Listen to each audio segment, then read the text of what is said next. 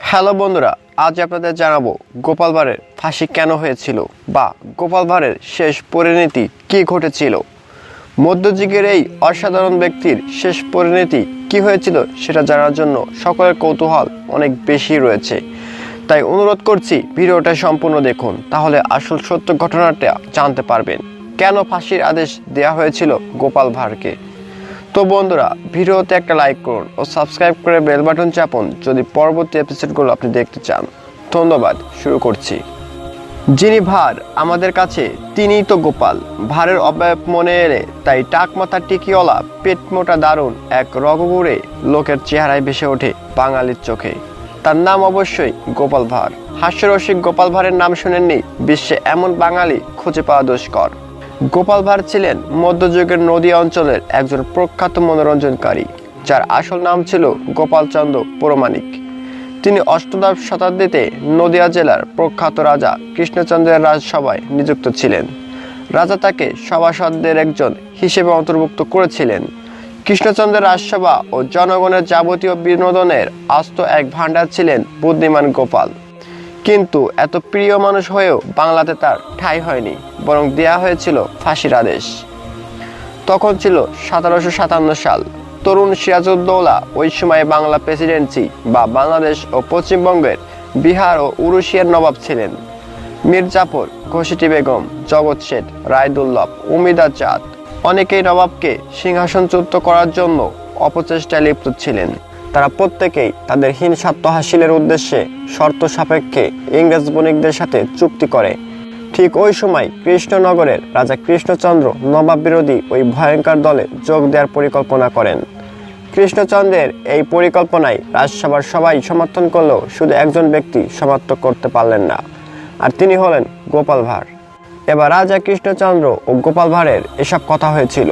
রাজা কৃষ্ণচন্দ্রকে গোপাল বললেন, ইংরেজরা গায়ে সূচ হয়ে ঢুকে কুড়াল হয়ে বের হবে। তাদের স্বার্থ বিরোধী কাজ করলে সব উপকারের কথা বলে আপনাকে শুলে চড়াতে পিছু পা হবে না।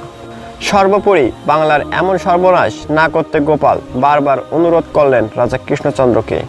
কিন্তু রাজা তার কথায় কর্ণপাত করলেন না, বরং তার সভাসদদের নিয়ে গোপালকে বিদ্রূপ করতে লাগলেন। কৃষ্ণচন্দ্র গোপালকে শর্ত দিলেন, গোপাল যদি নবাবকে মুখ ভেঙচি দিয়ে আসতে পারে তবেই তিনি নবাবের বিরুদ্ধে যাবেন না। রাজা কৃষ্ণচন্দ্রের শর্ত শুনে গোপাল হাঁটা শুরু করলেন মুর্শিদাবাদের দিকে।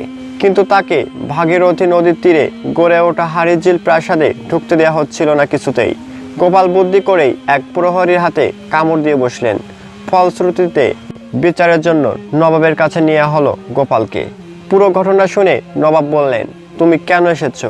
গোপাল কোনো কথা না বলে নবাবকে মুখ ভেঙচি দিলেন। নবাব রেগে গোপালকে আটক করলেন, বললেন, আগামীকাল তোমার বিচার হবে।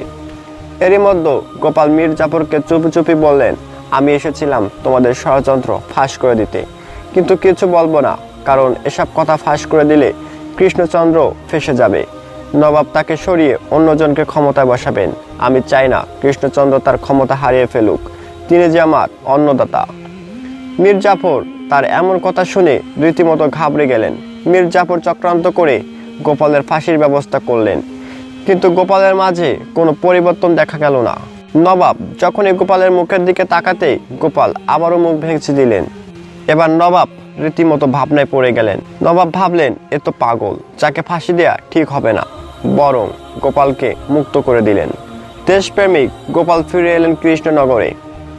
যখন জানতে পারলেন কৃষ্ণচন্দ্র তার সিদ্ধান্তে অটল, গোপাল ঠিক করলেন রাজসভায় আর যাবেন না, এমনকি রাজ্যই আর থাকবেন না। অত্যন্ত ভারাক্রান্ত ব্যথিত মন নিয়ে কাউকে কিছু না বলে রাতের অন্ধকারে পরিবার নিয়ে রাজ্য ত্যাগ করলেন গোপাল ভাঁড়। এরপর থেকে সদা হাস্যময় গোপাল ভাঁড়কে বাংলায় আর দেখা মেলেনি। তো বন্ধুরা, আশা করি ভিডিওটি আপনার ভালো লেগেছে, সাথে নতুন কিছু তথ্য আপনাদের দিতে পেরেছি। তাই ভিডিওটি শেয়ার করুন আপনার প্রিয় বন্ধুদের কাছে। তো ধন্যবাদ, দেখা হবে এরকম আরো সুন্দর সুন্দর ভিডিওতে। ভালো থাকবেন।